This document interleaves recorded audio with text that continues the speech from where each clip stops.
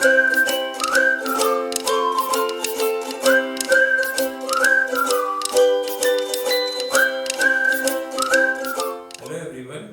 To amalgam classes. आज हम start करने जा रहे हैं क्लास 10th का मैथमेटिक्स का एक बड़ा प्यारा सा चैप्टर जो कि है कोऑर्डिनेट ज्योमेट्री। क्लास 10th में कोऑर्डिनेट ज्योमेट्री जो चैप्टर है बड़ा ही प्यारा चैप्टर है।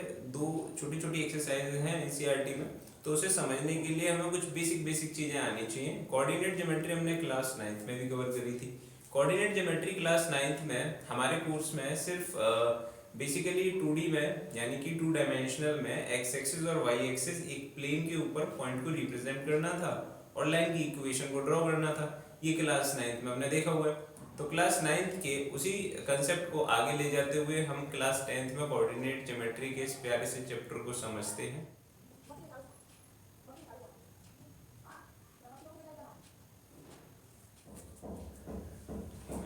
कोऑर्डिनेट ज्योमेट्री में सबसे पहले हम देखने वाले हैं डिस्टेंस फार्मूला। तो चलिए देखते हैं डिस्टेंस फार्मूला क्या होता है। मान लेते हैं कोई दो पॉइंट है, एक पॉइंट है P और एक पॉइंट है Q। P पॉइंट के जनरल कोऑर्डिनेट हैं x1 y1 और Q पॉइंट के जनरल कोऑर्डिनेट हैं x2 y2। Now we have to find out कि P और Q के बीच में क्या डिस्टेंस होगी, राइट। उसके लिए सबसे पहले हमें P पॉइंट और Q पॉइंट मार्क करना आना चाहिए। अगर हम चाहते हैं पॉइंट P को मार्क करना या पॉइंट P को ड्रॉ करना किसी एक कोऑर्डिनेट प्लेन पर, तो हमने ये क्लास 9th में सीखा हुआ है। हम क्या करेंगे, ओरिजिन से लेकर के पहले x एक्सिस पर x डिस्टेंस कवर करेंगे, जितनी भी डिस्टेंस हमें दे रखी है। लेट इट बी x1 और y1 दोनों पॉजिटिव क्वांटिटीज हैं, पॉजिटिव हैं, तो ओरिजिन से राइट साइड हम मूव करेंगे पॉजिटिव के लिए। अगर नेगेटिव होता तो लेफ्ट साइड मूव करते। हम ओरिजिन से पॉजिटिव डायरेक्शन में x यूनिट मूव करेंगे, यानी ये जो डिस्टेंस है दैट इज x1, राइट। और ये जो डिस्टेंस होगी x एक्सिस से लेकर के इस पॉइंट तक की जो हमारा एक्चुअल पॉइंट है दैट इज y1। हमने ओरिजिन से x डिस्टेंस मूव कर लिया और फिर x एक्सिस से y डिस्टेंस मूव कर लिया, हमारा पॉइंट आ गया P। तो ये जो पॉइंट है that point will be P। तो ये हमने क्लास 9th में सीखा हुआ था कि कैसे कोऑर्डिनेट प्लेन पर, कार्टेशियन प्लेन पर कैसे किसी एक पॉइंट को रिप्रेजेंट किया जाता है। अब हम देखने वाले हैं कि हमने दो पॉइंट रिप्रेजेंट कर लिए, एक पॉइंट P गिवन है और एक पॉइंट Q ये भी गिवन है। अब इन दोनों पॉइंट के बीच में डिस्टेंस क्या होगी P से लेकर के Q तक की, ये हमें फाइंड आउट करना है। तो इसके लिए एक बड़ा प्यारा सा फॉर्मूला है जो आप लोगों को याद रखना है। उससे पहले हम देख लेते हैं एक्चुअल में कि कैसे फाइंड आउट करा जाए P से लेकर के Q तक की डिस्टेंस को। तो सबसे पहले हमने P और Q मार्क कर लिए।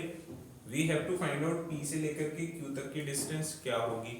तो इसके लिए हमने क्या करा हुआ है, हमने एक इस P पॉइंट से परपेंडिकुलर ड्रॉ कर लिया है x एक्सिस पर और Q से एक परपेंडिकुलर ड्रॉ कर लिया x एक्सिस पर। इनको कुछ नाम दे देते हैं, let it be A, let it be B और लेट इट बी PQR, ऐसे नाम दे देते हैं। अब अगर आप ध्यान से देखें तो एक्चुअल में ये जो डिस्टेंस है O से लेकर के A तक की वो x1 होने वाली है, this distance is x1, right. और ये वाली जो डिस्टेंस होगी दिस इज y1। ऐसे ही हमने कोऑर्डिनेट को, इस पॉइंट को मार्क करा हुआ है यहाँ पर। यही दूसरी तरफ हम देख लेते हैं पॉइंट Q की तरफ।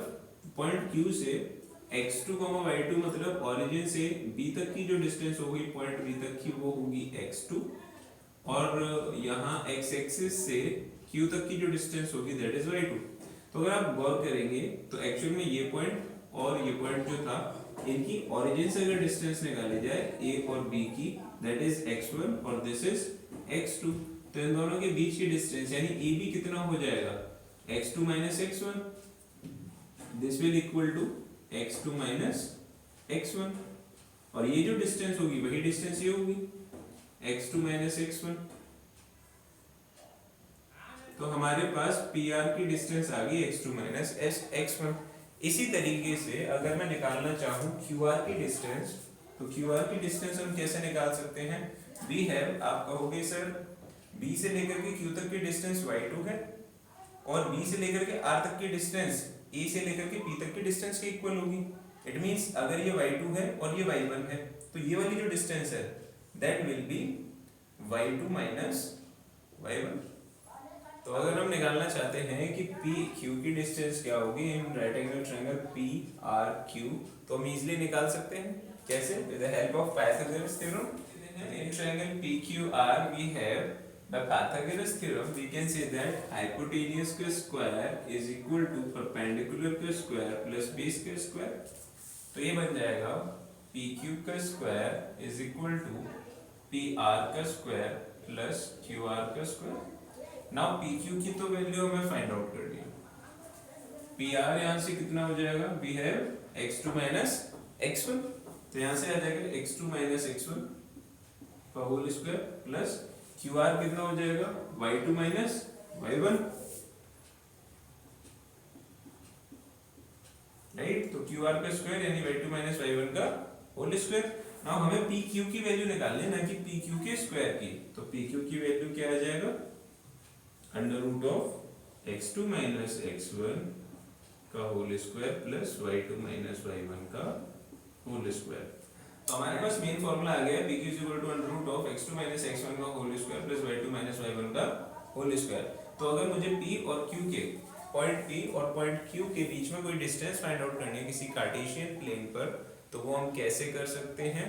With the help of this formula which is equal to under root of x2 minus x1 का whole square plus y2 minus y1 का होल स्क्वायर, राइट। तो एक एग्जांपल देख लेते हैं। मान लीजिए P पॉइंट है हमारे पास, लेट कर लेते हैं P पॉइंट है 1,3 एंड Q पॉइंट है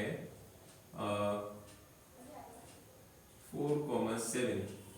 तो अगर हमारे पास दो पॉइंट गिवन है और हम इन दोनों पॉइंट के बीच में डिस्टेंस निकालना चाहते हैं, P और Q पॉइंट के बीच में डिस्टेंस क्या है, तो वो हम डिस्टेंस फॉर्मूला की हेल्प से इसी फॉर्मूले को कहते हैं डिस्टेंस फॉर्मूला। तो हम with the help of distance formula easily P और Q के बीच में डिस्टेंस निकाल सकते हैं। लगा देते हैं फॉर्मूला। मान लेते हैं P को x1 और P के x कोऑर्डिनेट को x1 मान लेते हैं और P के y कोऑर्डिनेट को y1 मान लेते हैं। सिमिलरली Q के x कोऑर्डिनेट को x2 मान लेते हैं और y कोऑर्डिनेट को y2। अब लगा देते हैं फॉर्मूला।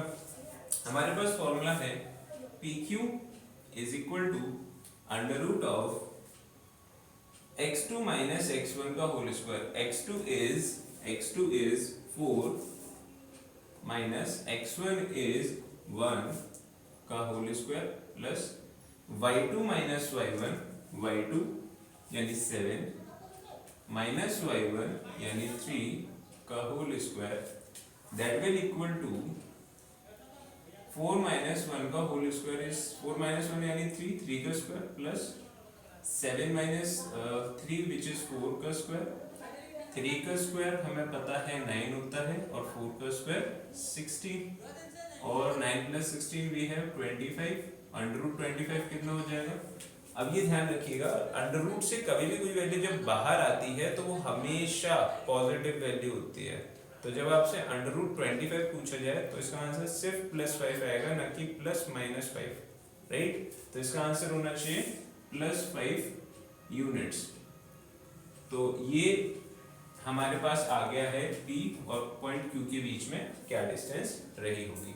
सबसे इंपॉर्टेंट बात इसमें आप याद रखिएगा, जब भी डिस्टेंस फॉर्मूला में हमें फाइंड आउट करनी है distance formula basically distance find out करने के लिए, तो डिस्टेंस कभी नेगेटिव नहीं हो सकती है। तो इस चीज को हमेशा याद रखिएगा कि यहाँ से रूट से कभी भी वैल्यू जब निकल के आएगी तो वो हमेशा पॉजिटिव वैल्यू निकल के आएगी, नेगेटिव वैल्यू कभी नहीं आएगी, ठीक है। चलिए, आई होप ये क्वेश्चन अच्छे से क्लियर हो गया होगा आपको। और आप कभी भी दो पॉइंट दिए जाएंगे उनके बीच में डिस्टेंस फॉर्मूला का यूज करके हम डायरेक्टली फटाफट से आंसर निकाल लेंगे कि दो पॉइंट के बीच में डिस्टेंस क्या होगी। मेन जो फॉर्मूला आपको याद रखना है, दैट फॉर्मूला इज, ये वाला फॉर्मूला आपको याद रखना है, दिस इज डिस्टेंस फॉर्मूला। कल को पूछा है डिस्टेंस फॉर्मूला क्या है, तो ये है डिस्टेंस फॉर्मूला। हमें कोऑर्डिनेट दे दिए जाएंगे P और Q के बीच में, हम इजीली फाइंड आउट कर लेंगे कि क्या डिस्टेंस होगी। तो आई होप आपको ये वीडियो बहुत अच्छे से समझ में आ गई और आप अच्छे से लर्न कर रहे हो सारी चीजें। तो चलिए मिलेंगे नेक्स्ट वीडियो में, बाय।